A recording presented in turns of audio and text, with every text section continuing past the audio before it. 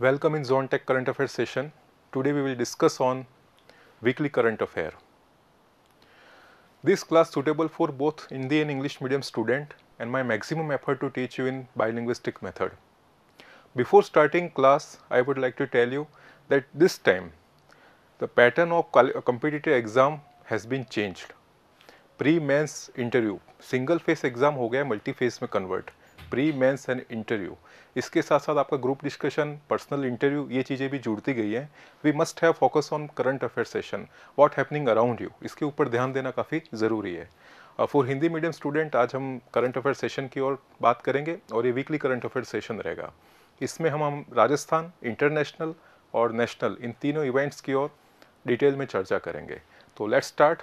First question अपने slide पे है. Name India's first train collision avoidance system TCAS that was recently tested by Indian railways in March. हाल ही में भारतीय रेलवे द्वारा प्रथम ट्रेन कोलिजन अवॉइडेंस सिस्टम का परीक्षण किया गया है. उस तकनीक का नाम बताएं. फर्स्ट ऑप्शन है कवच, सेकंड प्रहार, थर्ड है सक्षम और फोर्थ है बचाव. आपको बताना है कि ट्रेन कोलिजन अवॉइडेंस सिस्टम का नाम क्या रखा है. बेसिक क्वेश्चन ये है, first train collision avoidance system TCAS, इसके बारे में आपको ऑप्शन बताना है कवच, प्रहार, सक्षम और बचाव. इसका राइट आंसर है कवच. कवच एक्चुअली है क्या कि ये ऑटोमेटिक ब्रेकिंग सिस्टम है विच enables train itself on stop while identify same track. Actually कवच सिस्टम है, ये कवच ऑटोमेटिक ब्रेकिंग सिस्टम है जो सेम ट्रैक पर दूसरी जो ट्रेन आ रही है उसको आइडेंटिफाई करता है और ऑटोमेटिक ब्रेकिंग सिस्टम को लॉन्च कर देता है, यानी ट्रेन कॉलिजन होने से रुक जाती है. इसका मेन टारगेट ये है कि ज़ीरो एक्सीडेंट हो, एक्सीडेंट का जो रेशियो है वो कम हो जाए. जो भी डिजिटल सिस्टम है इसके अंदर,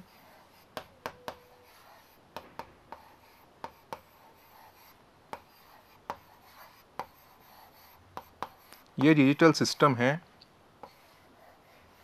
इसमें जो भी ट्रेन में मैनुअल प्रॉब्लम आ रही है,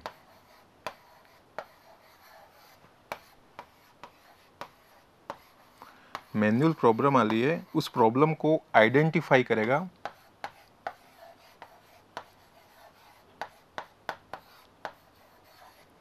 और ऑटोमेटिक ब्रेकिंग के साथ ट्रेन रुक जाएगी.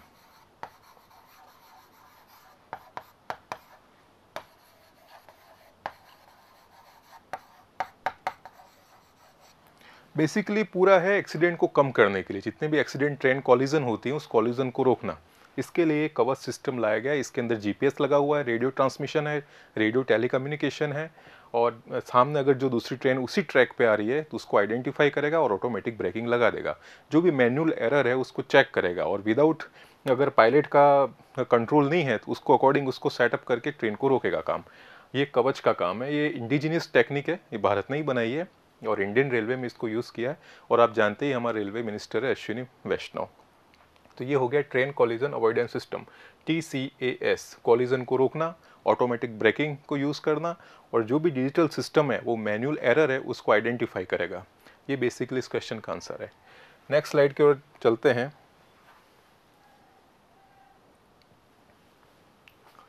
ये डिफेंस रिलेटेड क्वेश्चन है. आप करंट अफेयर में देखिएगा कि जितने अलग अलग सेक्शन हैं, जैसे आप जिस कंपटीशन की एग्जाम तैयार करते हैं, जैसे आप UPSC कर रहे हैं, RS की कर रहे हैं, IAS की कर रहे हैं, या NDA है, CDA है, असिस्टेंट कमांडेंट है और वेरियस एग्जाम्स, उसमें आप देखना कि आपका जो एरिया ऑफ एग्जाम का नेचर क्या है, उस नेचर के अकॉर्डिंग करंट अफेयर क्वेश्चन ज़्यादा पूछे जाते हैं. जैसे आप RS IAS की प्रिपरेशन कर रहे हैं तो जो भी जियो पॉलिटिकल है उस रिलेटेड करंट अफेयर है, नेशनली जो इवेंट हो रहे हैं, जो फ्लैगशिप प्रोग्राम्स हैं, उस रिलेटेड क्वेश्चन ज़्यादा आएंगे. जैसे आप डिफेंस की तैयारी कर रहे हो तो जो डिफेंस रिलेटेड क्या क्या वेपन का ट्रांसफ़र हो रहा है, किससे आप टेक्नोलॉजी इंपोर्ट कर रहे हैं, क्या टेक्नोलॉजी एक्सपोर्ट कर रहे हैं, इस देशों का जॉइंट वेंचर है, कहाँ पे मिलिट्री एक्सरसाइज हो रही है, कहाँ ऑपरेशंस हो रहे हैं, वो क्वेश्चन ज़्यादा आएंगे. जब आप बैंकिंग की तैयारी कर रहे हो तो इकोनॉमिक्स रिलेटेड चीज़ें आ जाएंगी. क्या अभी GDP बढ़ी है, कहाँ पे GNP प्रोग्रेस हुआ है, कहाँ पे क्रॉप का अभी कितना उसके अंदर वैल्यू आ रहा है, ये चीज़ें ऐसे करंट अफेयर उस पर वेरीज करते जाते हैं. तो हम नेक्स्ट क्वेश्चन की ओर चलते हैं. ये डिफेंस से रिलेटेड है, सिक्योरिटी से रिलेटेड है. Indian navy recently tested fire BrahMos supersonic cruise missile from which of Indian navy ship INS.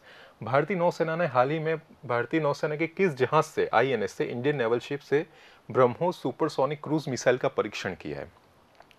Option number 1 INS Bengal, option 2 INS Mumbai, option 3 INS Chennai, option 4 INS Surat. Question ये पूछ रहा है कि जो ब्रह्मोस सुपरसोनिक क्रूज मिसाइल है उसको कहाँ से टेस्ट किया है, किस नेवल शिप से टेस्ट किया है। तो इसका राइट आंसर होगा आईएनएस चेन्नई। इसको भी रिसेंटली टेस्ट किया गया आईएनएस चेन्नई। अब यहाँ पे थोड़ा क्वेश्चन की ओर समझते हैं कि इसमें क्या कॉन्सेप्ट है। इसमें सबसे पहले है तो एक तो BrahMos supersonic cruise missile, BrahMos supersonic cruise missile, इसको आपको समझना है ये है क्या। एक्चुअली ब्रह्मोस है वो इंडिया और रशिया उसका जॉइंट डिफेंस कॉरपोरेशन है। Joint defence corporation joint defence technique से बनी हुई है ब्रह्मोस मिसाइल है। और ये जो ब्रह्मोस नाम है, यहाँ मैं फर्स्ट लिख लेता हूँ, इंडिया एंड रशिया। फर्स्ट इसका पॉइंट ये हो गया इंडिया एंड रशिया, इन दोनों ने मिलकर बनाई है। सेकेंड ये है इसका जो ब्रह्मोस नाम है, आप देख रहे हैं ब्रह्मोस, तो एक तो ब्रह्मपुत्र रिवर जो इंडिया में ब्रह्मपुत्र रिवर प्लस रशिया की जो रिवर है मॉस्कवा,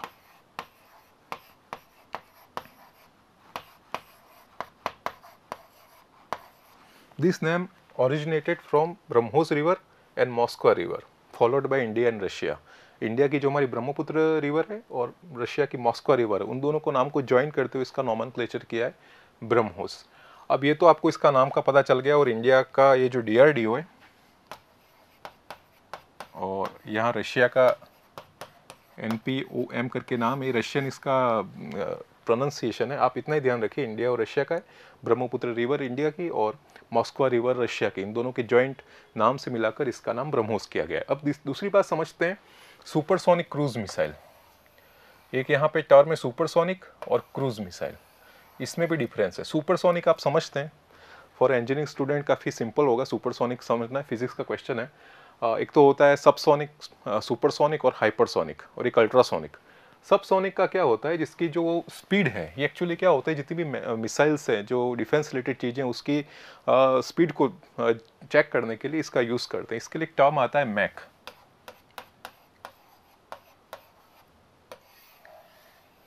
जैसे सबसोनिक है उसका होगा 0.8 मैक, सुपरसोनिक हो गया 2.8 और हाइपरसोनिक का हो गया हाइपरसोनिक का हो जाएगा 5 के समथिंग, 5 मैक से समथिंग। इसकी स्पीड ऐसे बढ़ती है। जैसे सबसोनिक है उसकी जो स्पीड की जिसकी स्पीड है वो स्पीड ऑफ साउंड है उससे 0.8 होगी। अब जो ये सुपरसोनिक है इसकी 3 टाइम्स फास्टर होगी साउंड ऑफ स्पीड से। उसके बाद हाइपरसोनिक होगी, उसकी 5 टाइम्स फास्टर होगी जो साउंड की स्पीड है। उससे इसके अकॉर्डिंग इसके अलग अलग वेरिएशन किए गए। एक्चुअली जो मिसाइल बनते हैं उसके अलग अलग डायमेंशन होते हैं, उसकी रेंज क्या है, उसका मोड क्या है, कहाँ से लॉन्च होगा उसके अकॉर्डिंग कौन सा है, उसकी रेंज कितनी है और उसकी स्पीड कितनी है, उसके आधार पर उसको अलग अलग क्लासीफाइड किया जाता है। तो ये है सुपरसोनिक है और इसकी स्पीड है 2.8 Mach and 3 time faster than speed of sound. ध्वनि की चाल से 3 गुना ये फास्ट चलती है। ये सुपरसोनिक हो गया टर्म। अब क्रूज मिसाइल क्या है, एक्चुअली भारत के अंदर जो मिसाइल प्रोग्राम है उसके अंदर एक क्रूज मिसाइल है और बैलिस्टिक मिसाइल है, दो होती हैं, cruise missile and ballistic missile. Ballistic missile क्या है, थोड़ी प्रिमिटिव है। पहले बैलिस्टिक मिसाइल चलती थी, उस बैलिस्टिक मिसाइल का क्या है, एक तो साइज़ बड़ा होता है, ये बिग साइज़ होती हैं। सेकेंड थिंग्स, इसके अंदर जो पेलोड है उसको कैप्चर करने के लिए ये हैवी पेलोड ले जा सकती है। थर्ड, इसके अंदर रडार से बचने के काफ़ी कम ऑप्शंस रहते हैं, कहीं ना कहीं ये डिटेक्ट हो ही जाती है। और सेकंड, जितनी भी बैलिस्टिक मिसाइल्स हैं वो कुछ समय बाद जैसे रॉकेट्स उसका कनेक्शन टूटता है और फिर जो भी एटम बम है उसको नीचे वो डिमार्क कर लेती है। और इसका जो रहता है उसके अंदर प्रक्षेपण पथ, प्रोजेक्शन पाथवे, वो हाफ क्रिसेंट होता है, अर्धचंद्राकार। जैसे इस तरीके से आपकी बैलिस्टिक मिसाइल है वो अर्थ है और ये एटमॉस्फेयर है, उसे से हाफ क्रिसेंट की तरह चलती है, अर्धचंद्राकार की तरह इसका प्रोजेक्शन होता है ऐसा। और जो आपकी क्रूज मिसाइल है, क्रूज मिसाइल होती है वो अर्थ के पैरेलल चलती है। सेकंड, जो बैलिस्टिक मिसाइल होती है उसका फ्यूल उसके अंदर ही रहता है और वो एटमॉस्फेयर से कोई फ्यूल लेती नहीं है। जबकि क्रूज मिसाइल में फ्यूल तो रहती है, उसमें भी फ्यूल रहता है पर ऑक्सीजन लेता है एटमॉस्फेयर से। बैलिस्टिक मिसाइल आपके ऑक्सीजन को नहीं लेता है। सेकंड, ये क्रूज मिसाइल स्मॉल होती है, ये वार हेड थोड़ा कम, उसमें जो मास होता है उसके अकॉर्डिंग वार हेड कम ले जाती है और इसको डिटेक्ट कर पाना मुश्किल होता है और ये रडार के कवर में आने में से भी कई बार बच जाती है। तो ये क्रूज मिसाइल हो गया। और ये बैलिस्टिक, आपको इतना याद रखना है, ब्रह्मोस है वो इंडिया रशिया का जॉइंट वेंचर है। इसका नाम ब्रह्मपुत्र रिवर और मॉस्को रिवर से है, इसको मिला के किया है। नंबर 3, इसकी जो स्पीड है 4,500 किलोमीटर के अराउंड है और ये 400 से 600 किलोमीटर की रेंज है इसकी। इस रेंज के अंदर वो टारगेट कर सकती है। इसको मल्टीपल प्लेटफॉर्म से लॉन्च किया जाता है, जैसे आप शिप से लॉन्च कर रहे हैं, क्रूज से लॉन्च कर रहे हैं, लैंड से कर रहे हैं या सबमरीन से कर रहे हैं। उसके बाद फायर एंड फॉरगेट प्रिंसिपल पे एक बार आप इसको टारगेट सेट कर लो, उसके बाद ऑटोमेटिक उस पर फॉलो करके उस टारगेट को ख़त्म कर देगी। थर्ड है, इसके अंदर कॉन्स्टेंट सुपरसोनिक स्पीड मेंटेन रहती है, उसी स्पीड से चलती रहती है, इसमें स्पीड का कोई वेरिएशन नहीं आता है और काफ़ी एक अपडेटेड मिसाइल है ब्रह्मोस। और सबसे बड़ी बात, इसके साथ एक पॉइंट जुड़ता है, ये तो हमने और भी इंडिया और रशिया साथ में मिलाई, अभी हाल ही में इंडियन गवर्नमेंट ने फिलीपींस को एक्सपोर्ट किया ये अभी एग्रीमेंट पे सिग्नेचर हो गए और फिलीपींस को इन्होंने, अब हमने, यानी कहने का मतलब हमने इसको एक्सपोर्ट किया फिलीपींस के साथ। ये आपका ब्रह्मोस हो गया। नेक्स्ट स्लाइड की ओर बढ़ते हैं। ये करंट क्वेश्चन है, स्पोर्ट्स से रिलेटेड है। Legendary spinner Shane Warne has passed away. Sports person belongs to which country. Legendary spinner Shane Warne का हाल ही में निधन हो गया है। ये क्रिकेटर किस देश से संबंधित हैं? England, option 2 Australia, option 3 Africa, option 4 Germany. 10 second है, आप सोचिए।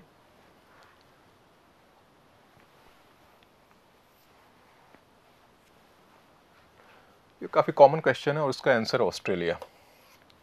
शेन वॉर्न लीजेंडरी स्पिनर रहे।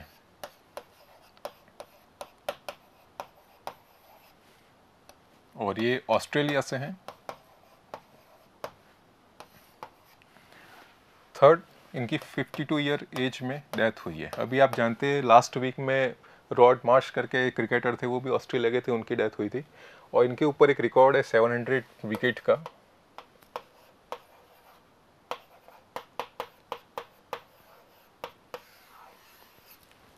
टेस्ट मैच में 700 विकेट का इन्होंने रिकॉर्ड बनाया है। आगे बढ़ते हैं। राष्ट्रीय सुरक्षा दिवस, क्वेश्चन नंबर 4। राष्ट्रीय सुरक्षा दिवस 2022 was observed across in India on. राष्ट्रीय सुरक्षा दिवस 2022 का आयोजन पूरे देश में किस दिन को हुआ? कभी कभी करंट अफेयर में आपको डेज डेट आपको याद रखने, कुछ क्वेश्चन डायरेक्ट फैक्चुअल होते हैं, वो दिन के आधार पर रहते हैं। जैसे अभी आपने देखा ही होगा कि वर्ल्ड वाइल्ड लाइफ डे,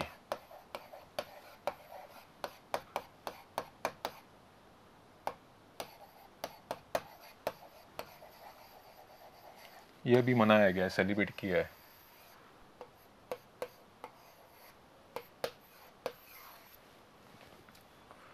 अभी आपने विमेंस डे किया है, अभी महिला दिवस अंतर्राष्ट्रीय, यह भी हमारा 8 मार्च को मनाया,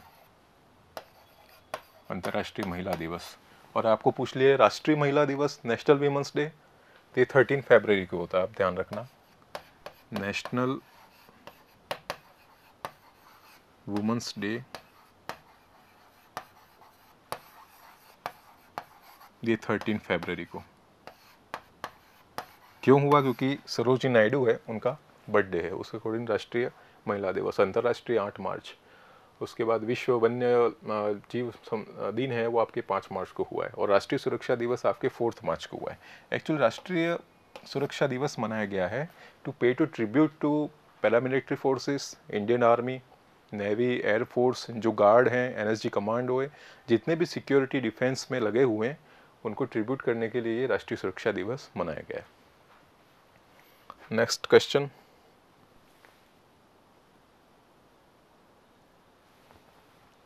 Which country recently signed in March 2022 MOU with India for supply of fertilizer? किस देश ने हाल ही में मार्च 2022 में उर्वरकों की आपूर्ति के लिए भारत के साथ समझौता ज्ञापन पर हस्ताक्षर किए? Option A Bangladesh, option 2 Bhutan, option 3 Sri Lanka, option 4 Maldives और इसके साथ एक ऑप्शन और क्लिक कर दीजिए, ऑप्शन नंबर 5 नेपाल। इसका राइट आंसर एक्चुअली नेपाल, यहाँ मिसप्रिंट है, आपको ये ध्यान रखना है। नेपाल ने भी एमओयू किया है फर्टिलाइजर पे, और वो फर्टिलाइजर है डीएपी, डायमोनियम फास्फेट। इस फर्टिलाइजर के लिए इंडिया के साथ एमओयू किया है। आप जानते हैं ये नेपाल है, आपको मैप में दिख ही रहा होगा। ये नेपाल, इस तरफ आपका उत्तर प्रदेश, बिहार और वेस्ट बंगाल, इधर सिक्किम जुड़ता है, इधर आपका उत्तराखंड है और इधर चाइना बॉर्डर है। ये नेपाल एक तरीके से बफर स्टेट है, साउथ एशियन देश है और बफर स्टेट है between India and China. Second things, ये लैंड लॉक्ड है, सब जगह से सिर्फ ये ज़मीन से जुड़ा हुआ है, कहीं भी इसके अंदर ओशन या समुद्र सीमा कहीं भी नहीं है, लैंड लॉक्ड है। दूसरी चीज़, ये जो नेपाल है, यहाँ पे अभी प्रॉब्लम क्रिएट हो रही है, आपने सुना ही होगा,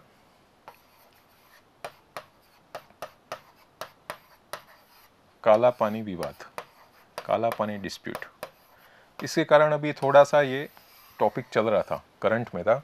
एक्चुअली हुआ ये कि पहले बिफोर इंडिपेंडेंस ब्रिटिशर्स और नेपाल के शेरपाओं के बीच में बैटल हुआ था। उसके बाद इसकी मार्करेशन की गई, संगोली की संधि हुई थी, आपने नाम सुना होगा, संगोली ट्रीटी।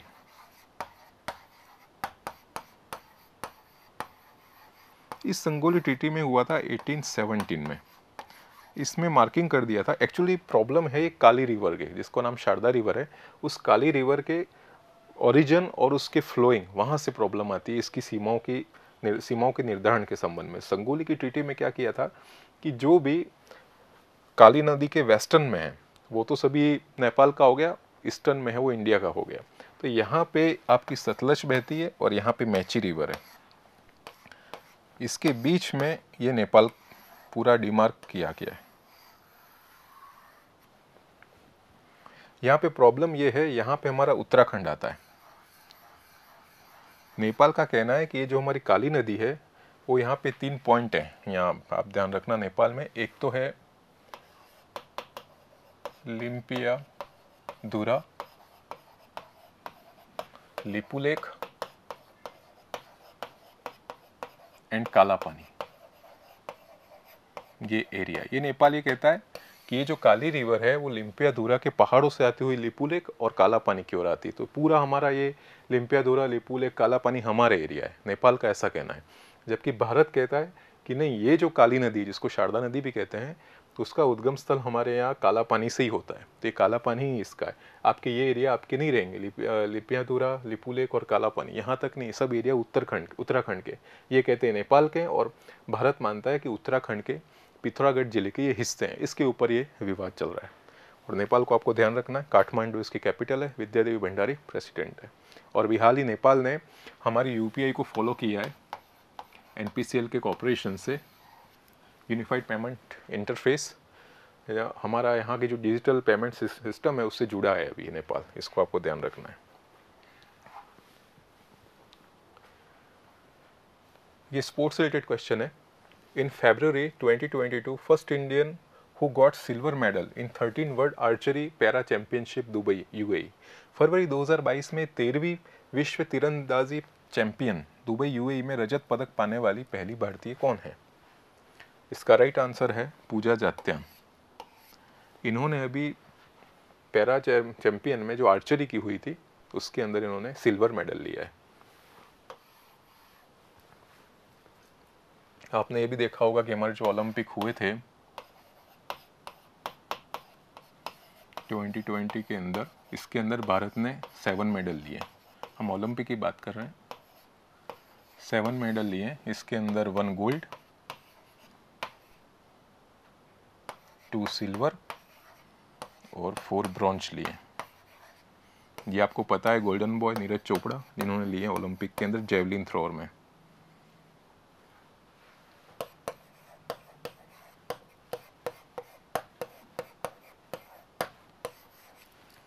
सिल्वर में रवि दहिया और बाकी बजरंग पूनिया भारतीय पुरुष हॉकी क्रिकेट टीम है। उसके बाद लवलेना, इन सभी ने ये ब्रॉन्ज मेडल लिए। आपको थोड़ा ओलंपिक आप देख लेना, इससे रिलेटेड क्वेश्चन जरूर आ सकते हैं। तो इसका राइट आंसर है पूजा जात्यान। नेक्स्ट की ओर आगे मूव होते हैं। One of the most important question for this session है ये, आपको ये बहुत ज़रूर ध्यान रखना है। Name of the operation which was launched by the central government for safety evacuation Indian citizen from Ukraine.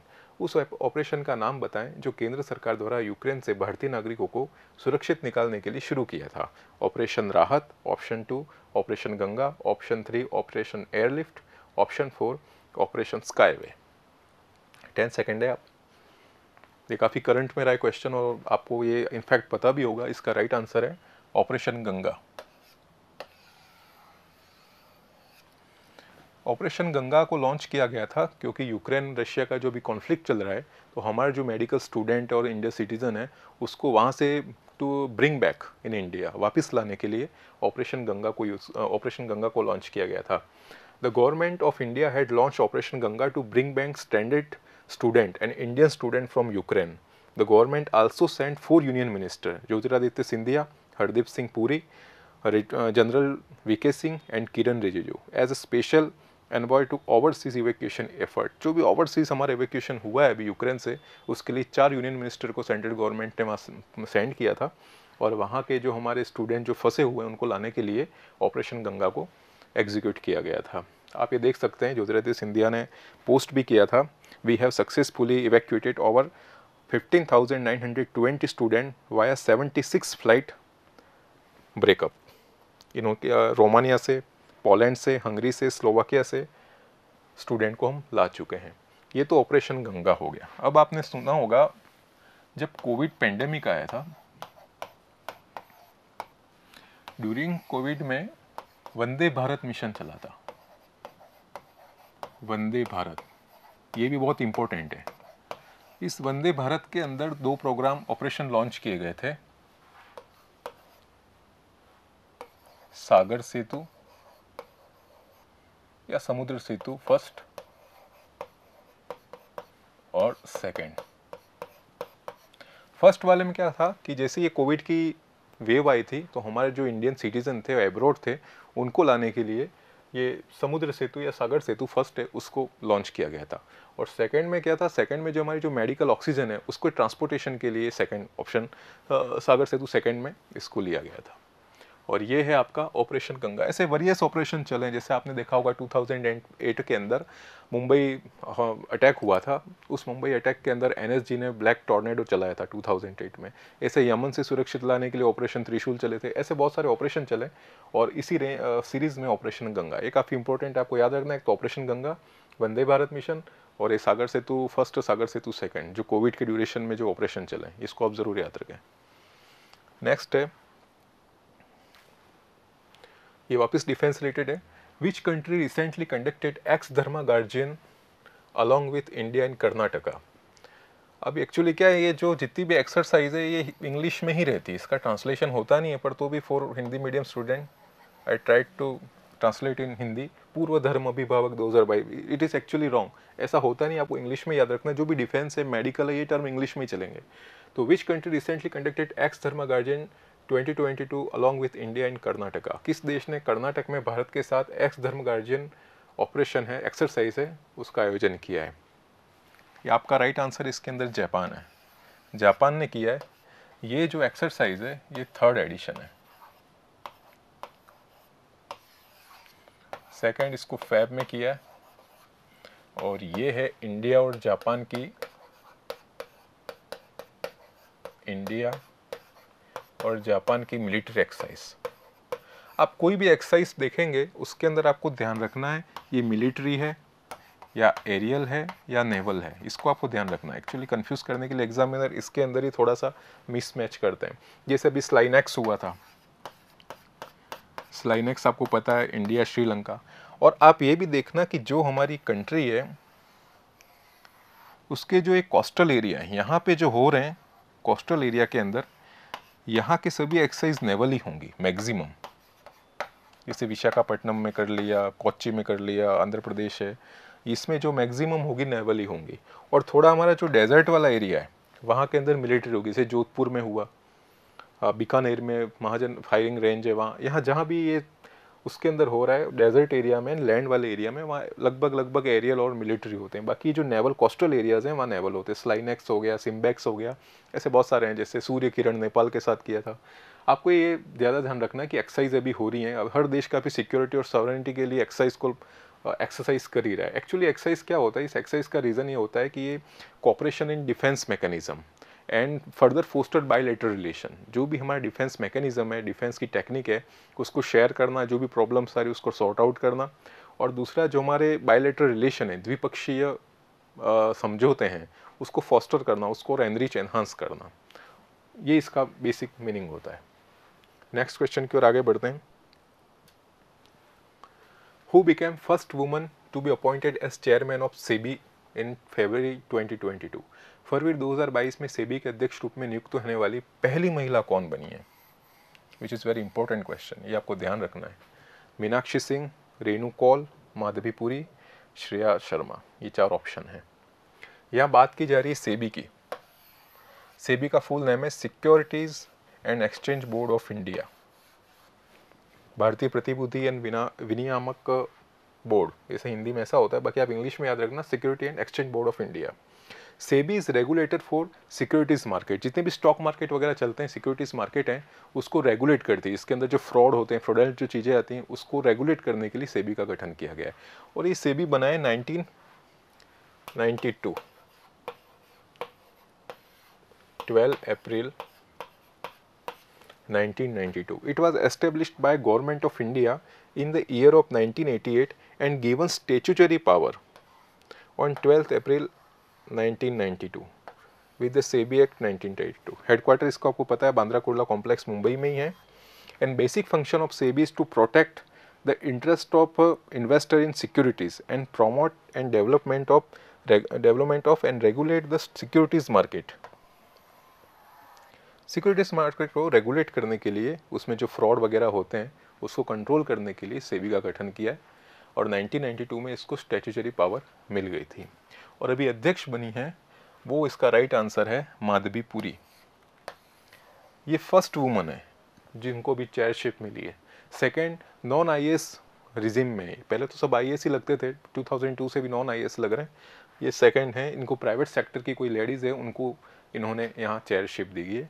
तो माधवी पुरी, ये बहुत इंपॉर्टेंट क्वेश्चन है, आपको ध्यान रखना है। और सेबी के बारे में आपको मैंने बता दिया, स्टॉक मार्केट को रेगुलेट और जितने भी फ्रॉड है उसको कंट्रोल करने के लिए, इन्वेस्टर के इंटरेस्ट को सिक्योर करने के लिए ये सेबी का गठन किया गया था। नेक्स्ट आगे बढ़ते हैं।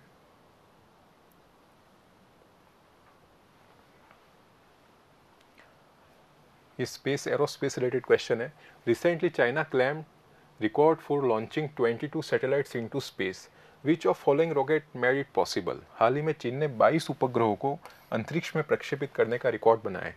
निम्नलिखित में से किस रॉकेट ने इसे संभव बताया? इसलिए आपको एक रॉकेट को आइडेंटिफाई करना है जिसके थ्रू से ये 22 सैटेलाइट है वो ऑर्बिट के अंदर एस्टेब्लिश हुए, स्थापित हुए। फर्स्ट ऑप्शन है heavy March 3 rocket, long March 8 rocket, high speed of 6 rocket and fire 9 rocket. आपको ध्यान रखना है, इसका राइट आंसर है लॉन्ग मार्च 8 रॉकेट। इसके थ्रू से रॉकेट को इन्होंने ऑर्बिट के अंदर लॉन्च किया था, सैटेलाइट को लॉन्च किया था। आपने कंपनी का नाम सुना होगा, ये तो चाइना की बात होगी, हम यूएसए की बात करते हैं, SpaceX company. Space manufacturing corporation, Elon Musk की कंपनी। उसमें भी हाल ही में ऐसे हुआ था कि उनके लगभग 44 के अराउंड सैटेलाइट थे, वो जियो मैग्नेटिक स्टॉर्म आया और डिस्ट्रॉय हो गए थे। अभी ये भी रिसेंटली न्यूज़ था, आप ध्यान रखना, स्पेसएक्स कंपनी। और यहाँ के जो रॉकेट हैं उसको बिल्कुल सफलतापूर्वक स्थापित किया गया है, वो चीन ने किया है लॉन्ग मार्च 8 रॉकेट के थ्रू से। नेक्स्ट क्वेश्चन है, what is the theme of 3rd national protein day? ये हेल्थ एंड न्यूट्रिशन से रिलेटेड क्वेश्चन है।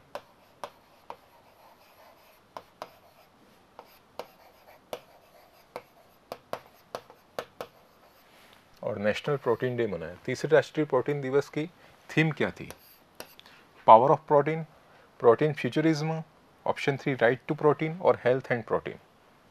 इसको भी नेशनल प्रोटीन डे मनाया है 27 फेब। सेकेंड थिंग्स, इसकी जो थीम है वो रखी है protein futurism,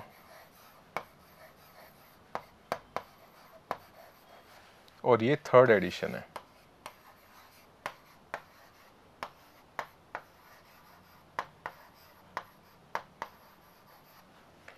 actually national protein day मनाने के चक्कर में मेन चीज़ आप ये भूल जाते हैं कि जितने भी सप्लीमेंट्स दूसरे भी हैं उसकी ओर भी अपन को ध्यान रखना है, तब जाके बैलेंस डाइट वगैरह ये सब चीज़ें होंगी। और नेशनल प्रोटीन डे मनाने के पीछे इनका मेन मकसद है कि aware importance of protein in healthy life, protein की आपकी क्या इंपॉर्टेंस है आपके डेली न्यूट्रिशन में, लोगों को अवेयर करना, उसके बारे में समझाना, प्रोटीन के फ़ायदे क्या हैं, प्रोटीन की कमी से क्या क्या डिजीज़ हो सकती हैं, इसके बारे में जागरूकता अवेयरनेस लाने के लिए नेशनल प्रोटीन डे मनाया था। ये अभी 27 फेब को हुआ है। इसकी थीम है प्रोटीन फ्यूचरिज्म, ये आपको ध्यान रखना, प्रोटीन फ्यूचरिज्म। यानी जो करंट अफेयर इनोवेटिव हैं, नए चल रहे हैं, आउट ऑफ बॉक्स हैं, अलग तरीके से उसको एग्जीक्यूट किया जा रहा है, काफ़ी हाईलाइट है, उसको आप ज़्यादा फोकस कीजिए। जैसे नेशनल प्रोटीन डे है, उसके बाद ब्रह्मोस सुपरसोनिक क्रूज मिसाइल मैंने आपको बताया, उसके बाद जो एक्सरसाइज हैं, एक ऑपरेशन गंगा है, इन चीज़ों का आप ध्यान रखें, ज़्यादा आने की इनकी फ्रीक्वेंसी ज़्यादा रहती है। नेक्स्ट क्वेश्चन है, which state became the first top performing state in India in terms as per capita state domestic product at the current price in March 2022? मार्च 2022 में वर्तमान मूल्य पर प्रति व्यक्ति शुद्ध राज्य घरेलू उत्पाद, इकोनॉमी का क्वेश्चन है ये, के मामले में कौन सा राज्य भारत में शीर्ष पर रहा है? NSDP, national state domestic product, आपने पढ़ा होगा इकोनॉमी के अंदर एक GDP होता है कंसेप्ट, GNP है। ये काफ़ी एक लॉन्ग सब्जेक्ट है, इसको कभी किसी और सेशन में पढ़ाऊंगा मैं। बाकी आप देखिए, एक प्रति व्यक्ति शुद्ध राज्य सकल घरेलू उत्पाद के अंदर अभी यहाँ तेलंगाना ने टॉप किया है, ऑप्शन नंबर 4 तेलंगाना। आप जानते हैं यहाँ के CM को के चंद्रशेखर, और यहाँ की बहुत अच्छी रिवर है तुंगभद्रा रिवर, आप इसको ध्यान रखना, तुंगभद्रा और भीमा, यहाँ पे तेलंगाना के। आगे बढ़ते हैं नेक्स्ट क्वेश्चन पे। The polio national immunisation day was organised across India. Polio राष्ट्रीय टीकाकरण दिवस पूरे भारत में आयोजित किया गया था। किस तारीख को किया था? 26 फेब, 27, 28 और 1 मार्च। आप कौन सा इसका आइडेंटिफाई कीजिए पोलियो दिवस। 10 सेकेंड है आपके पास, देखिए, सोचिए क्या आंसर हो सकता है।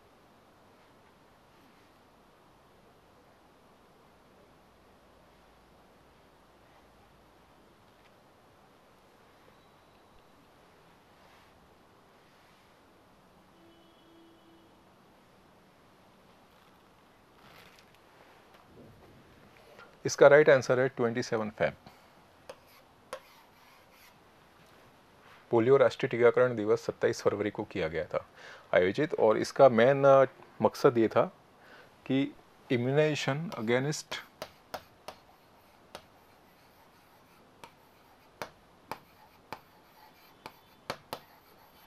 अगेंस्ट पोलियो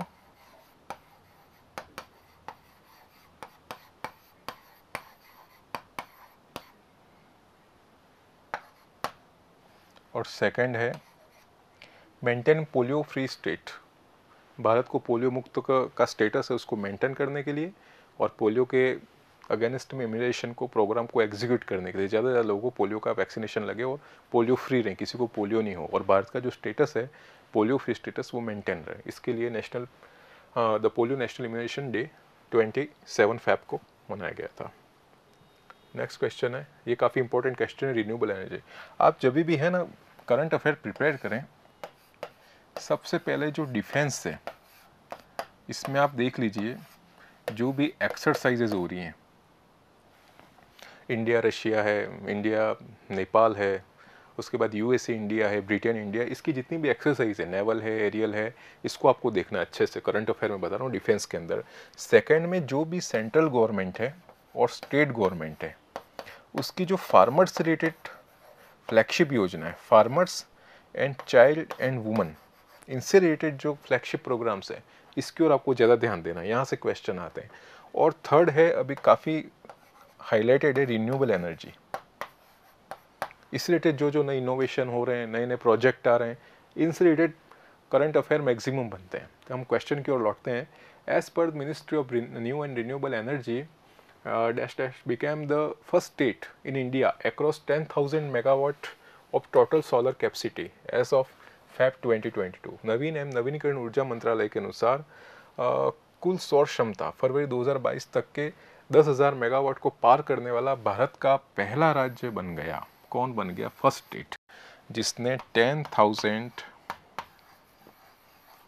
मेगावाट को क्रॉस कर दिया है। First option Rajasthan, second Tamil Nadu, option 3 Gujarat, option 4 Maharashtra. और यहां बात हो रही है सोलर कैपेसिटी की, और दूसरा पूछ रहे हैं स्टेट कौन सा है। आप सोलर कैपेसिटी में अभी सबसे पहले अपना ही राज्य राजस्थान इन्होंने टॉप किया है। एक्चुअली राजस्थान की जो कैपेसिटी है वो 14,986 मेगावाट है, और अभी हाल ही राजस्थान ने 10,500 मेगावाट एस्टेब्लिश किए, यानी 10,000 को उन्होंने क्रॉस कर दिया। यहाँ पूछा ही है कि 10,000 मेगावाट को क्रॉस किया, 10,500 मेगावाट इंस्टॉल किया है यहाँ पे राजस्थान ने, इसलिए टॉप पे आया है। और राजस्थान के बाद सेकंड नंबर आपका आता है कर्नाटक, फिर गुजरात और तमिलनाडु।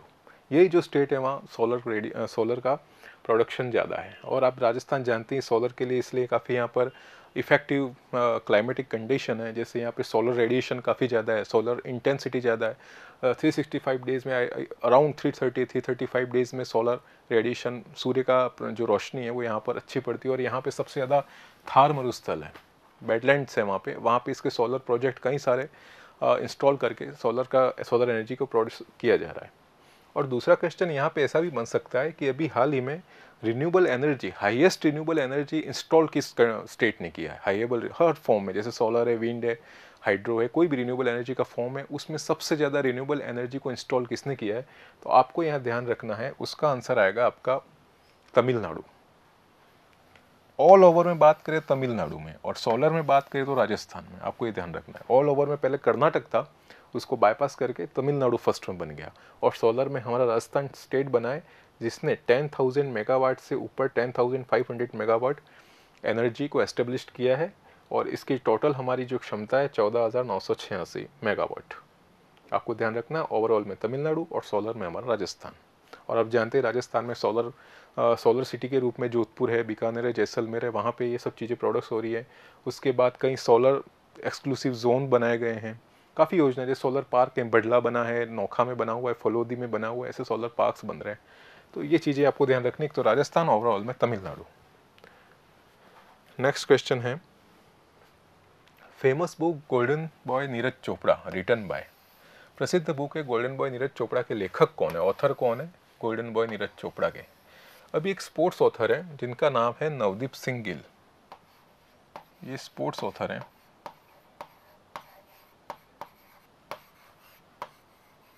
उन्होंने अभी बुक लिखी है गोल्डन बॉय नीरज चोपड़ा। ये गोल्डन बॉय नीरज चोपड़ा है, इनसे रिलेटेड फैक्चुअल क्वेश्चन है, हरियाणा के हैं।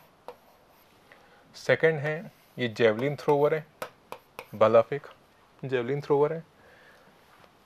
थर्ड है, इन्होंने ओलंपिक में first gold medal in athletics.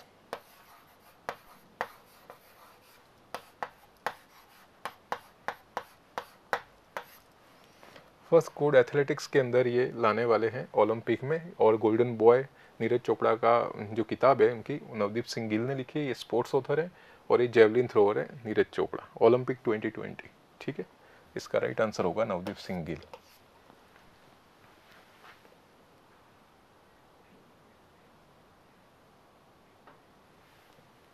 ये भी काफी इंपॉर्टेंट क्वेश्चन है।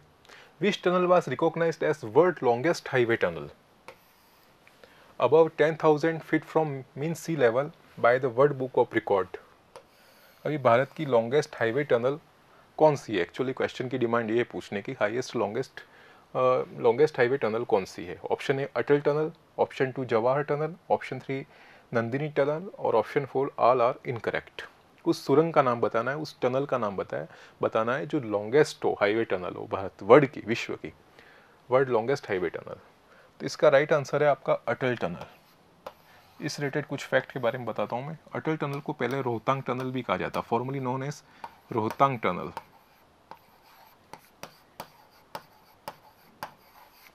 सेकेंड, ये 9.2 किलोमीटर इसकी लंबाई है, which connect Manali to Lahaul Spiti, इसको कनेक्ट करती है। और यहाँ पे ऑल वेदर ट्रांसपोर्टेशन है, बर्फ़ पड़ गई तो बंद हो जाए ऐसा कुछ नहीं है, रेनी हो या स्टॉर्म हो कोई भी हो, ऑल वेदर ट्रांसपोर्टेशन है। अटल टनल, इसका नाम प्रधानमंत्री हमारे स्वर्गीय अटल बिहारी वाजपेयी के नाम से रखा गया, Atal tunnel. Rohtang tunnel 9.2 kilometre Manali से लाहौल स्पीति को कनेक्ट कर दिए, और ऑल वेदर इसके अंदर ट्रांसपोर्टेशन संभव है। और ये जो वर्ल्ड बुक ऑफ रिकॉर्ड्स है ये लंदन से होता है, आपको याद रखना, यूके। आपने जोजिला टनल का भी नाम सुना होगा, ऐसे जवाहर टनल है, इस तरह ही अटल टनल है।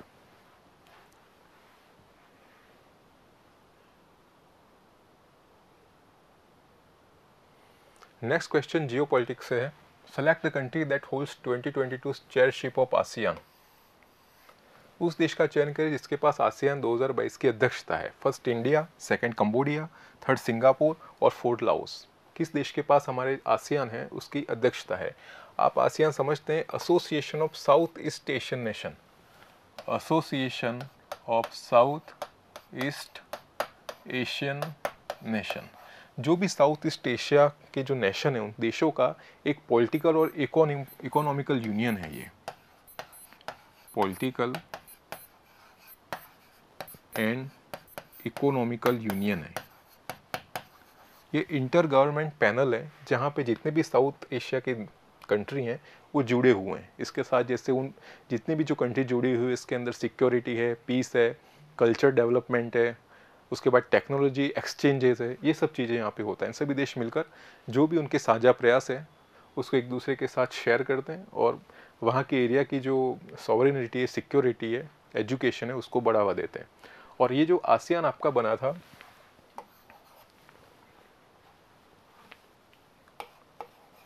67 के अंदर, इसका नाम था बैंकॉक डिक्लेरेशन। थाईलैंड के अंदर बना था बैंकॉक डिक्लेरेशन। पहले ये AAC में था, association of south east Asia का नाम से था। इसके अंदर थाईलैंड, फिलीपींस और मलेशिया थे। उसके बाद इसके अंदर कंट्री धीरे धीरे मेंबर स्टेट जुड़ते रहे और अभी टोटल 10 मेंबर स्टेट हैं, 10 मेंबर स्टेट हैं।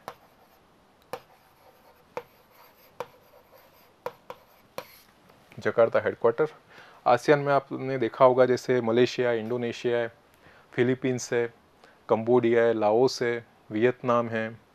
ये जितनी भी आपको मैप में कंट्री दिख रही है 10, इनका 10 का ये ग्रुप है। और अभी हाल ही में इसकी चेयरशिप दी गई कंबोडिया को। और कंबोडिया आप जानते हैं हिंदू टेम्पल है यहाँ पे अंकोर वाट का, यही वही कंबोडिया है। तो ये आसियान के बारे में है। यानी विश्व के अंदर सभी जो डेवलपिंग कंट्री है, डेवलप कंट्री, इनके अलग अलग ग्रुप्स हैं। G8, G7 है, आसियान है, ब्रिक्स है। इसी तर्ज पे ये आसियान बना हुआ है। जो साउथ एशियन नेशन है उसका कल्चर और एजुकेशनल, डिफेंस है, उससे रिलेटेड इनका एक यूनियन है।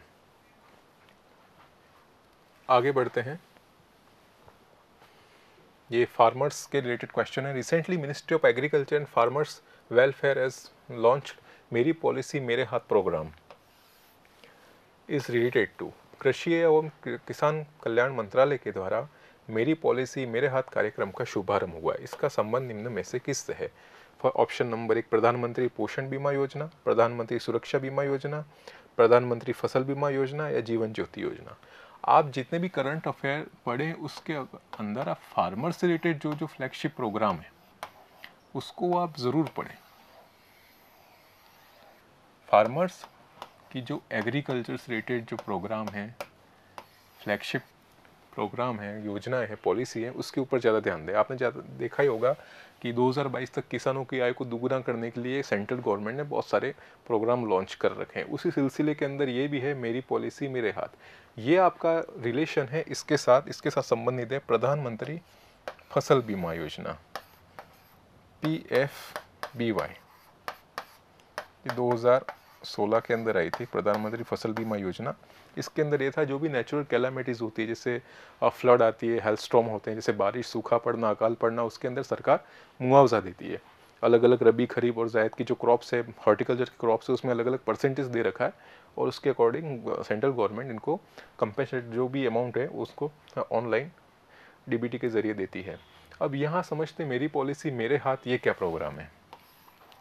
तो डियर स्टूडेंट, मेरी पॉलिसी मेरा हाथ प्रोग्राम के अंदर क्या है, ये door step driven policy distribution programme है। यानी किसानों के घर तक जाकर, घर घर तक जाकर, डोर स्टेप पे जाकर जो भी क्रॉप इंश्योरेंस पॉलिसी उसको पहुंचाना, किसानों को उसके बारे में अवेयर करना कि आपके लैंड रिकॉर्ड्स क्या हैं, आपका पॉलिसी प्रीमियम इस तरीके से, पॉलिसी आप क्लेम कैसे करेंगे, आपकी ग्रीवांस रिएड्रेसल क्या है, जो शिकायतें आप किस तरीके से आप विवरण करेंगे, या आप ऑनलाइन ऑफलाइन किस तरीके से अपनी जो प्रॉब्लम्स है उसको रखेंगे। ऑनलाइन रखने के लिए आपको जो भी ई मित्र सेवा है वहाँ जाना होगा, ऑफलाइन के लिए आपको किसान जो सेवा केंद्र है वहाँ पे, और 72 आवर्स में फीडबैक गवर्नमेंट की तरफ से आ जाता है। इस तरीके से मेरी पॉलिसी मेरे हाथ प्रोग्राम है एक्चुअली क्रॉप इंश्योरेंस पॉलिसी के बारे में अवेयर करने के लिए और डोर स्टेप डिस्ट्रीब्यूशन के लिए, घर घर तक जाकर इनको डिस्ट्रीब्यूट करने के लिए ये प्रोग्राम को, मेरी पॉलिसी मेरे हाथ प्रोग्राम 9 फेब को लॉन्च किया गया था। ये बहुत इंपॉर्टेंट प्रोग्राम, इसके बारे में क्वेश्चन आ सकता है। क्वेश्चन नंबर 8 के बाद चलते 19 पे। ये तो रिसेंटली आपने सुना ही होगा, अभी काफ़ी बर्निंग इशू चल रहा है। Recently Donetsk and Luhansk are in international news, it is region of following country. हाल ही में डोनेट्स्क और लुहांस्क अंतर्राष्ट्रीय समाचारों में है। निम्नलिखित किस देश का एक क्षेत्र है। फर्स्ट ऑप्शन है USA, second Japan, option 3 Russia, option 4 Ukraine. Actually friend, ये रशिया और यूक्रेन कॉन्फ्लिक्ट से जुड़ा हुआ है और ये जो एरिया है वो यूक्रेन के हैं, जिन्होंने, रशिया ने जिसको कैप्चर कर रखा है। इस दोनों एरिया को मिलकर कहा जाता है डॉनबास। ऑयल फील्ड है जहाँ पर अभी रूस ने इस कॉन्फ्लिक्ट के दौरान उसको कैप्चर कर लिया है और वहाँ पे एक्सट्रीमिस्ट है, उन्होंने अलग अलग, रूस ने इसको मान्यता भी दे दी है कि डोनेट्स्क के रिपब्लिक पीपल है, लुहांस्क रिपब्लिक पीपल है, वहाँ अलग उनको जो गुट है, संगठन एक्सट्रीमिस्ट का, उनको अलग से इनको मान्यता दे दी। और ये एरिया अभी यूक्रेन के। एक्चुअली ये जो इंडिया रशिया का जो कॉन्फ्लिक्ट है उसमें मेरा एक सेशन और आएगा विद इन 2 और 3 डेज, उसमें हम इसके बारे में डिटेल पढ़ेंगे कि इसका इंडिया रशिया का बैकग्राउंड क्या है, उसके बाद इसके अंदर क्या क्या चीज़ें नई अपग्रेडेड हुई हैं, किस तरीके से वार सिचुएशन तक आ चुके हैं और आगे इंडिया का क्या स्टैंड रहेगा, इंडियन इकोनॉमी पे इसका क्या इफेक्ट पड़ेगा। इसका एक नेक्स्ट सेशन रहेगा इंडिया रशिया पे, उस पर आप देख सकते हैं। आगे बढ़ते हैं। इन Feb 2022, Vedanta Group firm Cairn Oil and Gas has discovered oil field in Barmer district. Name given to this discovery. फरवरी 2022 में वेदांता समूह की फर्म है केयर्न ऑयल एंड गैस ने बाड़मेर जिले में एक ऑयल ब्लॉक को खोदा है, डिस्कवर किया है। उस ऑयल ब्लॉक का नाम क्या दिया गया है। First Radha, second Durga, third Shailja, fourth Parvati. Actually जो वेस्टर्न राजस्थान है हमारा, ये जो वेस्टर्न वाला एरिया है, यहाँ पे सेडिमेंट्री रॉक्स है, थोड़ा ज्योग्राफी की ओर ले जा रहा हूँ मैं, सेडिमेंट्री रॉक्स है, वहाँ पे ऑयल फील्ड और natural gases, natural gas and oil field है। और स्पेशली बाड़मेर के अंदर ऑयल फील्ड, क्रूड ऑयल का प्रोडक्शन ज़्यादा होता है बाड़मेर में ऑयल का, और जैसलमेर जो रीजन है मैक्सिमम, वहाँ पे नेचुरल गैस का, इसका प्रोडक्शन होता है। और राजस्थान के अंदर 4 पेट्रोलिफेरस बेसिन है, यहाँ से पेट्रोल निकलता है। ये जो बेसिन है वो पेट्रोलिफेरस बेसिन है 4, वो 14 डिस्ट्रिक्ट में डिस्ट्रीब्यूटेड है और इन्हीं सब 14 डिस्ट्रिक्ट्स में ये ऑयल और नेचुरल गैस है, इसका प्रोडक्शन होता है। यानी कहने का मतलब ये है राजस्थान का जो वेस्टर्न डिस्ट्रिक्ट्स हैं वहाँ पे ऑयल और नेचुरल गैस का प्रोडक्शन होता है।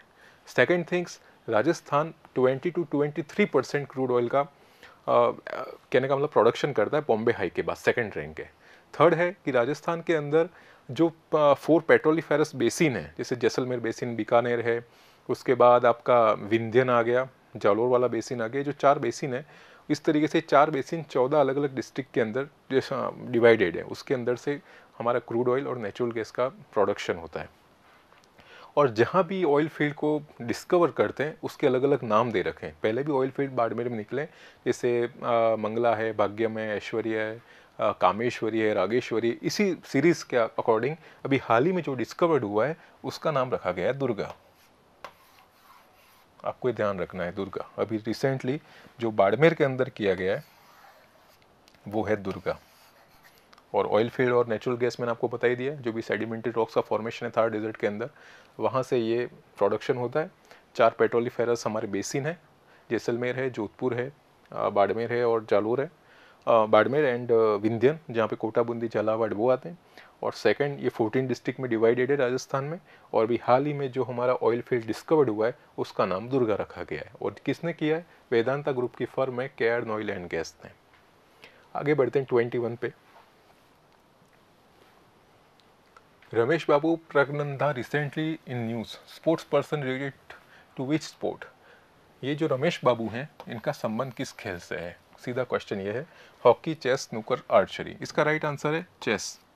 चेस है, ये लिटिल ग्रैंड मास्टर है, 16 ईयर ओल्ड है ये रमेश बाबू। सेकंड, चेन्नई बेस्ड है ये, चेन्नई बोर्न है। इन्होंने नंबर 1 जो ग्रैंड मास्टर है कार्लसन, मैग्नस कार्लसन, उसको डिफीट किया है, इसलिए सुर्खियों में ये Ramesh Babu, chess related. Next आगे बढ़ते हैं। Antonia, Ylenia and Zeynep acronym widely used in global news refers to. इन दिनों एंटोनिया, येलोनिया और ज़ेनप शब्द का विवरण वैश्विक समाचारों में देखने को मिलता है। इसका संबंध किससे है? ऑप्शन 1 ये न्यू प्लांट स्पीशीज हैं, ऑप्शन 2 स्टॉर्म है, ऑप्शन 3 डायनासोर्स एविडेंस है, ऑप्शन 4 न्यूक्लियर रिएक्टर है। एक्चुअली ये जो चीज़ें अभी चल रही हैं, एंटोनिया, येलोनिया, ज़ेनप, ये एक्रोनिम स्टॉर्म से रिलेटेड है। ये तूफान है और इस तूफान का संबंध जर्मनी से, जर्मनी में भी ये स्टॉर्म को देखा गया है, आपको याद रखना है। और स्टॉर्म कैसे बनते हैं, ज्योग्राफी का क्वेश्चन है। ट्रॉपिकल होते हैं, टेम्परेट होते हैं, किस तरीके से सोलर रेडिएशन से होता है, और दूसरा होता है फ्रॉस्ट बनने से। ये अलग टॉपिक है, आपको अब इतना ही ध्यान रखना है। एंटोनिया, येलोनिया, ज़ेनप है, ये स्टॉर्म से रिलेटेड है और ये जर्मनी में आए हुए हैं।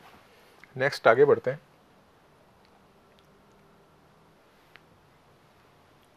In which state Indian neutrino observatory will be setup? भारतीय न्यूट्रिनो वेधशाला किस राज्य में स्थापित होगी?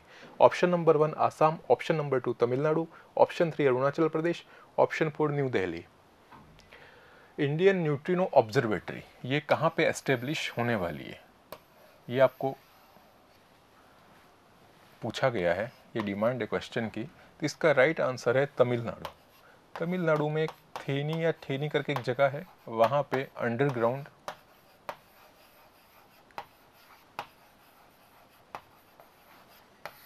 अभी एस्टेब्लिश होगी। अब यहाँ समझते हैं ये न्यूट्रिनो है क्या।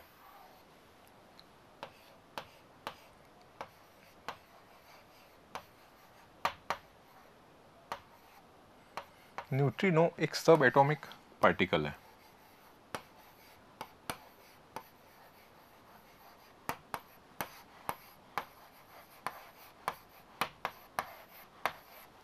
जैसे इलेक्ट्रॉन होता है उसी तरीके से है, पर इसके ऊपर कोई भी चार्ज नहीं है, नो इलेक्ट्रिक चार्ज।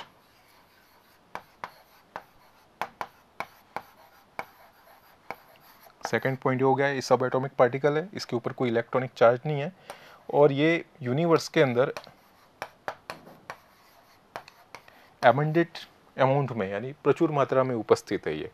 और इस इंडियन न्यूट्रिनो ऑब्जर्वेटरी लगाने का बेसिक मीनिंग ये है, ये मेगा फिजिक्स प्रोजेक्ट है, जिसका टारगेट ये है कि जिस तरीके से यूनिवर्स बना बिग बैंग के बाद, बिग बैंग थ्योरी आपने पढ़ी होगी ज्योग्राफी फिजिक्स में, बिग बैंग जिस तरीके से हुआ उसकी तरह किस तरह कॉलिजन से यूनिवर्स का डेवलपमेंट हुआ, तो ये किस तरीके से ब्रह्मांड की उत्पत्ति हुई, किस तरीके से यूनिवर्स बना, उसके अंदर ये एक्सपेरिमेंट किया जा रहा है, उसको ध्यान रखने के लिए, उसको डिस्कवर करने के लिए।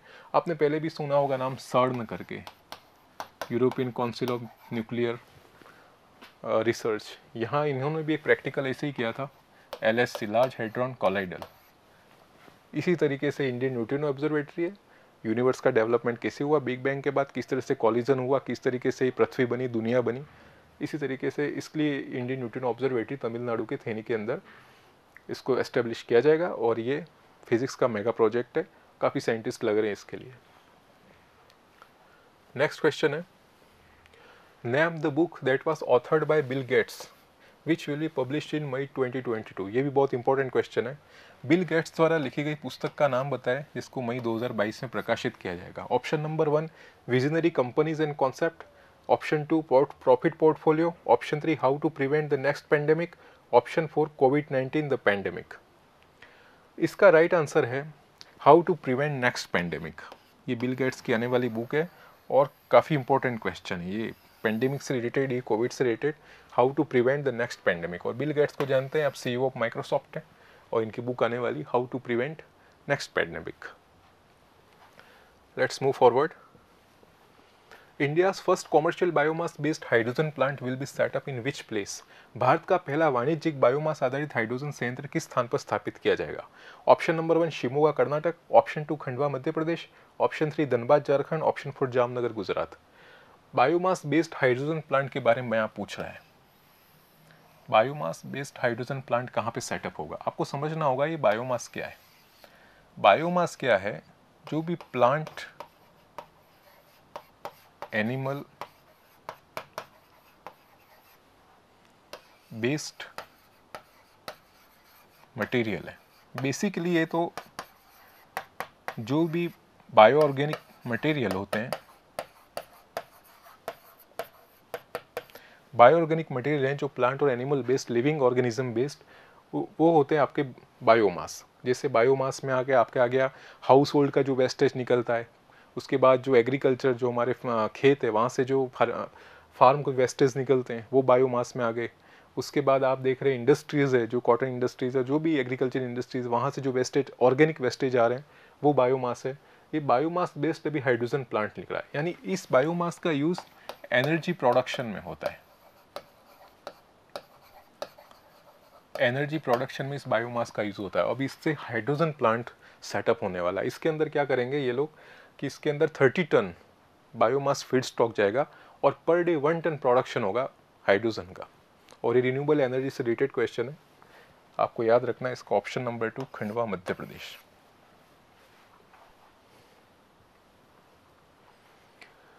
क्वेश्चन नंबर 26 है, recently in which district of Rajasthan pedal to jungle program is being started. हाल ही में राजस्थान के किस जिले में पैडल टू जंगल कार्यक्रम को शुरू किया गया है। Barmer, option 2 Udaipur, option 3 Banswara, option 4 Pali. Pedal to jungle है ये एक्चुअली नेचर टूर प्रोग्राम है जो उदयपुर में प्रारंभ हुआ था। वहाँ के जो प्रिंस हैं इन्होंने इनॉग्रेशन किया था, लक्ष्यराज सिंह मेवाड़। और इनमें जो 40 साइकिलिस्ट की टीम आएगी अलग अलग स्टेट से, ये नेचर में जाएंगे, उसको डिस्कवर करेंगे, लोगों को अवेयर करेंगे नेचर के बारे में, नेचर कंजर्वेशन के बारे में अवेयर करेंगे, जो वाइल्ड लाइफ है उसके बारे में अवेयरनेस होगी। इस तरीके से पैडल टू जंगल कार्यक्रम शुरू किया जा रहा है और ये आपका उदयपुर में 5 मार्च से प्रारंभ है। आगे बढ़ते हैं। Recently some insured in chief minister Chiranjeevi health insurance scheme has been increased from 5 lakhs per family to how much। हाल ही में मुख्यमंत्री चिरंजीवी स्वास्थ्य बीमा योजना है, उसमें बीमा राशि 5 लाख प्रति परिवार से बढ़ाकर कितनी की है। बहुत इंपॉर्टेंट क्वेश्चन है राजस्थान। यहाँ पे हम इंटरनेशनल, नेशनल और राजस्थान तीनों के करंट अफेयर पढ़ेंगे और ये प्रश्न है चिरंजीवी स्वास्थ्य बीमा योजना। चिरंजीवी स्वास्थ्य बीमा योजना आप जानते हैं पैंडेमिक के ड्यूरिंग में ये इसको इनॉग्रेट किया गया था 16 मई के अंदर, 16 मई 2022। मुख्यमंत्री चिरंजीवी स्वास्थ्य योजना, बेसिकली इसका मीनिंग ये है कि कैशलेस सुविधा प्रदान करना हॉस्पिटलों के अंदर। जो भी गवर्नमेंट हॉस्पिटल है, प्राइवेट हॉस्पिटल है, उसमें भी जो लाभार्थी हैं जो खाद्य सुरक्षा अधिनियम के अंदर आते हैं उनको कैशलेस सुविधा प्रदान करना। उस समय जब ये लॉन्च हुई थी तब 5 लाख इसका रखा था, 5 lakhs पर फैमिली। अब इसको बढ़ा के सीधा कर लिया गया है इसी बजट में, मुख्यमंत्री अशोक गहलोत ने 10 लाख पर परिवार।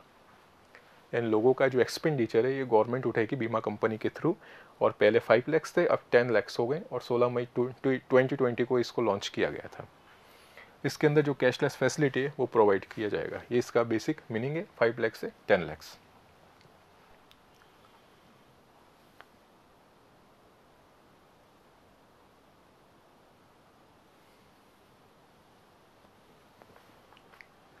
इन which district of Rajasthan operation Sambal has been run out.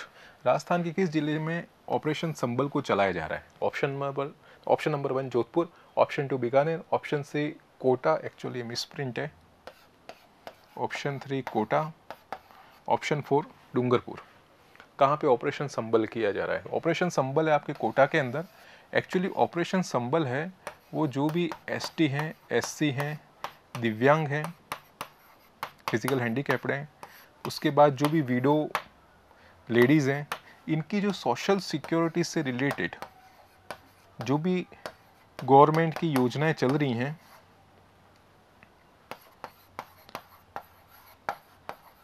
उनको इन तक पहुंचाना। एसटी एससी दिव्यांग विधवा हैं, जो भी ये जो लाभार्थी हैं उन तक ये सोशल सिक्योरिटीज़ प्रोग्राम की जो लाभ हैं, इनके बेनिफिट्स हैं, उनको पहुंचाने के लिए स्थानीय प्रशासन और सरकार ने मिलकर कोटा में ऑपरेशन संबल को चलाया गया है। आगे बढ़ते हैं। Which district has been decided by the Rajasthan government to be developed as a new smart city. Rajasthan सरकार द्वारा किस जिले को नई स्मार्ट सिटी के रूप में विकसित किया जाने का फैसला लिया गया है? Option number 1 Bikaner, option 2 Alwar, option 3 Bharatpur, option 4 Rajsamand. आप जानते हैं स्मार्ट सिटी कंसेप्ट है, इसके अंदर यह है कि जहाँ भी सिटी को डेवलप किया जाएगा उसे अच्छी तरीके से वेल ऑर्गेनाइज्ड डेवलप्ड हो, जहाँ पे हर तरह की फैसिलिटी हो, एजुकेशन, मेडिकल हो, उसके साथ साथ आईसीटी का उपयोग हो, इंफॉर्मेशन टेक्नोलॉजी, इसका यूज़ हो स्मार्ट सिटी के लिए। और राजस्थान के अंदर 4 स्मार्ट सिटी पहले से ही हैं। एक तो जयपुर है, उदयपुर है, कोटा है और अजमेर है। ये पहले से बनी हुई है और उसके साथ अभी अलवर को एडजॉइन किया है। अलवर है, उसको नई स्मार्ट सिटी के रूप में भी विकसित किया जाएगा। और अभी रिसेंटली पेपर में आपने देखा होगा, न्यूज़पेपर में, कि उदयपुर को ऑल इंडिया 9th रैंक मिली है, जयपुर को 10th मिली है स्मार्ट सिटीज़ के अंदर, और कोटा आपका 14 पे है अभी प्लेस्ड रैंक, और अजमेर को 22 रैंक मिली है। तो भी नई हमारी स्मार्ट सिटी है अलवर, इसको ऐड किया है जयपुर, उदयपुर, कोटा, अजमेर के साथ। Next question, when will the Thar festival start in Barmer district of Rajasthan. Rajasthan के बाड़मेर जिले में थार महोत्सव का प्रारंभ कब से है? Option number 1 1 March two 15, 2 March two 18, 3 मार्च, फर्स्ट ऑप्शन है मार्च 15 टू मार्च 25। एक्चुअली ये न्यूमेरिक ऐड हो गए। मार्च 15 से मार्च 25, मार्च 18 से मार्च 20, मार्च 22 से 25 और मार्च 11 से मार्च 15। ये कब होने वाला है थार महोत्सव? इसका राइट आंसर से जाने से पहले हम समझते हैं जिस तरह से जैसलमेर में मरु महोत्सव चलता है, जैसलमेर में मरु महोत्सव है, उसी तर्ज पे ये थार महोत्सव चला है। जो भी पश्चिमी राजस्थान का जो कल्चर है, वहाँ की संस्कृति है, वहाँ का इतिहास है, वहाँ का रहन सहन, वहाँ की आर्ट एंड कल्चर है, वहाँ क्या हैंडीक्राफ्ट, वहाँ के जो हैंडीक्राफ्ट है, वहाँ के फोक म्यूज़िक है, उस सब चीज़ों को अवेयर करना, वहाँ के लोगों को बारे में, इनके बारे में जानने को मौका मिलता है। बाहर के यहाँ सैलानी आते हैं, टूरिस्ट आते हैं, इंडिया के भी लोग आते हैं, देखते हैं, और वहाँ ये फंक्शन सेलिब्रेट होता है जो 18 मार्च से 20 मार्च की ओर चलने वाला है, थार महोत्सव। आगे बढ़ते हैं। Which city of Rajasthan has been included in the list of Trip Advisor 2021 best performance in Asia top 10। Rajasthan का कौन सा शहर ट्रिप एडवाइजर 2021 में एशिया की जो लिस्ट है उसके अंदर टॉप 10 के अंदर शामिल हुआ है? टूरिज्म के रिलेटेड क्वेश्चन है। Option number 1 Udaipur, option 2 Bikaner, option 3 Jodhpur, option 4 Jaipur. इसका राइट आंसर है जोधपुर। जोधपुर को भी एशिया में टॉप 10 में शामिल किया गया है ट्रिप एडवाइज़र ने, कि यहाँ टूरिस्ट फैसिलिटी और टूरिज्म काफ़ी अच्छा है, काफ़ी इन्होंने ग्रोथ किया है, इसी कारण ये लिस्टेड हो गए टॉप 10 के अंदर। Famous ghazal singer Rajkumar Rizvi has passed away. Past away recently, he is related to which district of Rajasthan? प्रसिद्ध गजल गायक है, अंतर्राष्ट्रीय गजल गायक है राजकुमार रिजवी का निधन हुआ है, इनका संबंध राजस्थान के किस जिले में है? ये जो राजकुमार रिजवी हैं ये झुंझुनू जिले से बिलोंग करते थे। इन्होंने काफ़ी बॉलीवुड मूवीज़ के अंदर भी काफ़ी गज़लों को गाया है। इंटरनेशनल ये आर्टिस्ट रहे हैं और ये मेहंदी हसन के शिष्य रहे हैं। तो आपके ये राजकुमार रिजवी का संबंध झुंझुनू से आपको याद रखना है, ये भी इंपॉर्टेंट क्वेश्चन है। नेक्स्ट आगे बढ़ते हैं। Who is the new acting chief justice of Rajasthan high court? Rajasthan high court के नए कार्यवाहक मुख्य न्यायाधीश कौन है? Option 1 Manindra Mohan M Srivastava, M Srivastava, ये थोड़ा मिसप्रिंट है, इसका नाम है M Srivastava. N Krishna, John CU और नन ऑफ दिस। आपको इसके बारे में जानकारी लेनी है, कौन सा है? 10 सेकेंड है, आप देखिए इसका आंसर क्या हो सकता है।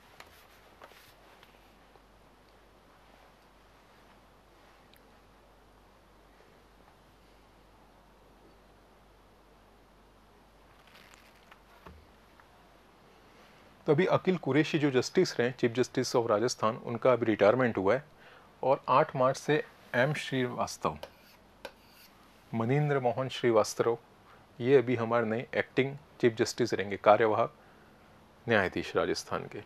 और आप जानते हैं राजस्थान के पहले चीफ जस्टिस हैं, फर्स्ट चीफ जस्टिस रहे हैं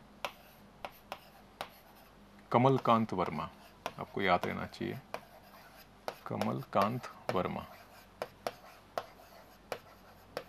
और ये जो श्रीवास्तव, जस्टिस श्रीवास्तव हैं, ये यूके के चीफ जस्टिस रहे हैं और हमारे राजस्थान में आकर ये एक्टिंग चीफ जस्टिस हैं।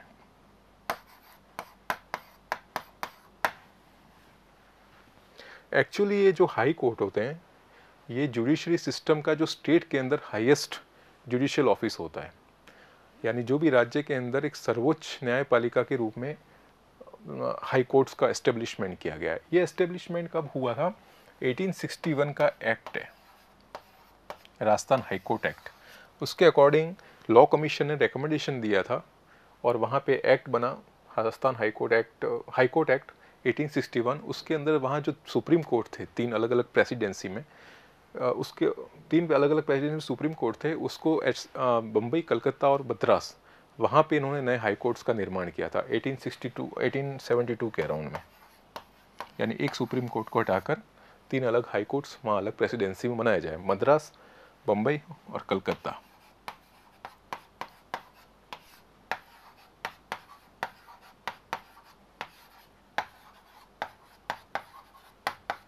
और अभी अराउंड 25 हाई कोर्ट्स हैं इंडिया के अंदर, आपको ये ध्यान रखना है।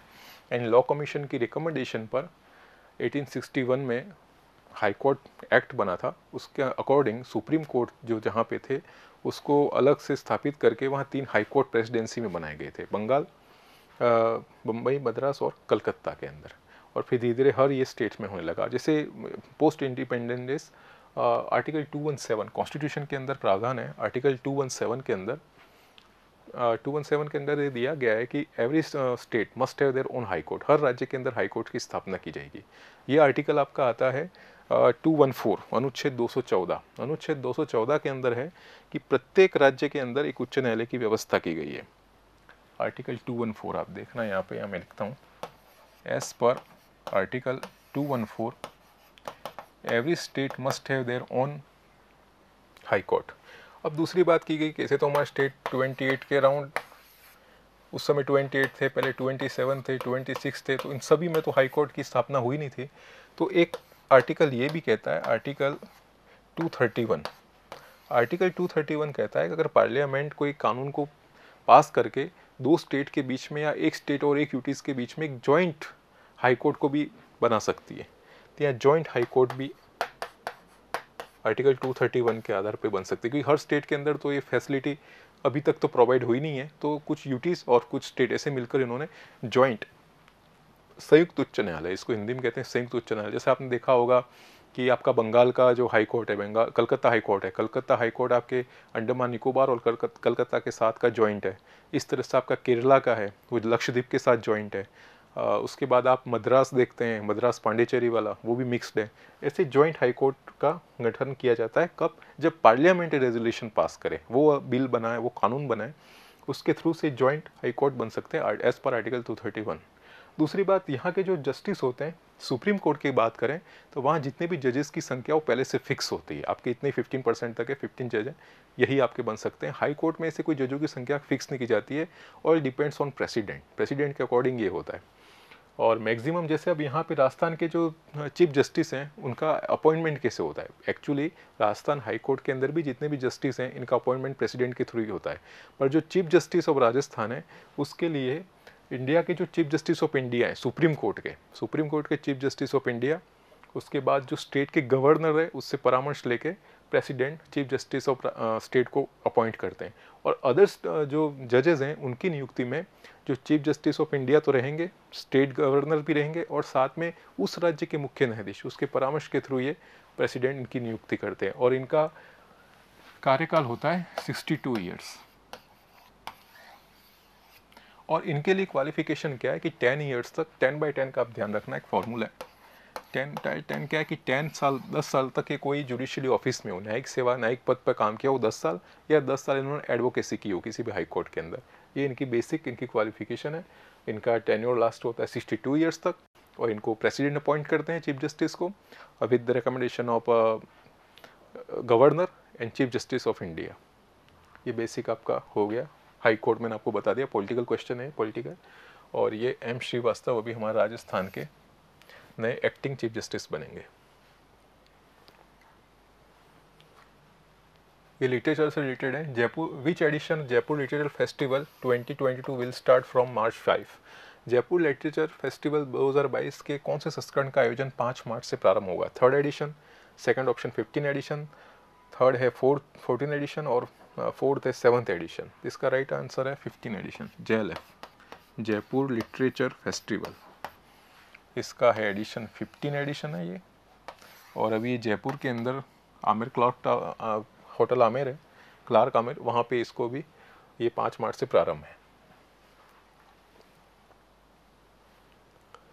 Question number 35, under whose chairmanship the Rajasthan government has constituted a high level committee to make suggestion for better conduct of competitive exam. Rajasthan सरकार ने प्रतियोगी परीक्षाओं को बेहतर आयोजन के सुझाव देने हेतु किसकी अध्यक्षता में उच्च स्तरीय कमेटी का गठन किया? हाई पावर्ड कमेटी का भी CM साहब ने रिकमेंडेशन किया है। वो हाई पावर्ड कमेटी इसलिए गठित की है कि जितने भी कम्पिटिटिव एग्जाम में जो ये प्रॉब्लम्स क्रिएट हो रही हैं, टाइम टेबल का उसके अंदर अकॉर्डिंग, टाइम टेबल के अकॉर्डिंग एग्ज़ाम कंडक्ट नहीं हो रहे, बार बार कोर्ट में जा रही हैं एग्ज़ाम, कभी आंसर्स को लेके, कभी क्वेश्चंस को लेके, कभी क्वालिफिकेशन को लेके, ये सब चीज़ें क्रिएट हो रही हैं।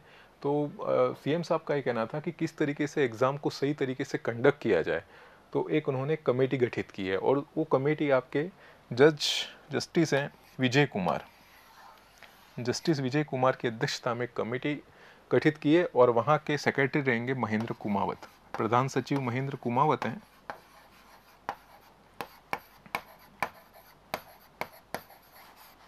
और इनके जो चेयरशिप है वो जस्टिस विजय कुमार। ये एग्ज़ामों की बेहतरी आयोजन बनाने के लिए जो सजेशन देंगे, इसलिए उनको ये कमेटी गठित की है कि एग्ज़ाम पारदर्शी तरीके से हो, कोई प्रॉब्लम नहीं है, बार बार एग्ज़ाम कोर्ट में नहीं जाए, कोई क्वेश्चन आंसर का विवाद नहीं हो, और जॉब मिले स्टूडेंट्स को। इसलिए जस्टिस विजय कुमार की अध्यक्षता में हाई पावर्ड कमेटी का गठन किया गया है। तो डियर स्टूडेंट, ये तो आज के हो गए 35 क्वेश्चन करंट अफेयर के। इसमें मैंने सभी नेशनल, इंटरनेशनल और राजस्थान को कंक्लूड किया था। दूसरी थिंग्स, आप जो भी करंट अफेयर पढ़ते हैं उसको आप अलग तरीके से इसको यूटिलाइज करें डेली डायमेंशन ऑफ लाइफ में। जैसे आप किसी चीज़ के बारे में न्यूज़पेपर में पढ़ रहे हैं, उसको थोड़ा सा आप शॉर्ट नोट बना लीजिए। जैसे डिफेंस का क्वेश्चन है, या जियो पॉलिटिक्स का क्वेश्चन है, इकोनॉमिक्स का क्वेश्चन है, आप किस तरह की भी आप एग्ज़ाम की प्रिपरेशन कर रहे हैं, बैंकिंग है, CDS है, असिस्टेंट कमांडेंट है, IAS है, UPSC, उसकी जो डिमांड है, उन एग्ज़ामों की जो डिमांड है, उसके अकॉर्डिंग कौन से क्वेश्चन आ सकते हैं, कौन से आंसर आप आपकी मेंस राइटिंग में इंक्लूड कर सकते हैं, ग्रुप डिस्कशन में इंक्लूड कर सकते हैं, पर्सनल इंटरव्यू में आपसे जो पूछे जा सकने वाले उस समय के जो करंट अफेयर हैं, उसको आप इस तरीके से अच्छी तरीके से याद कर सकते हैं।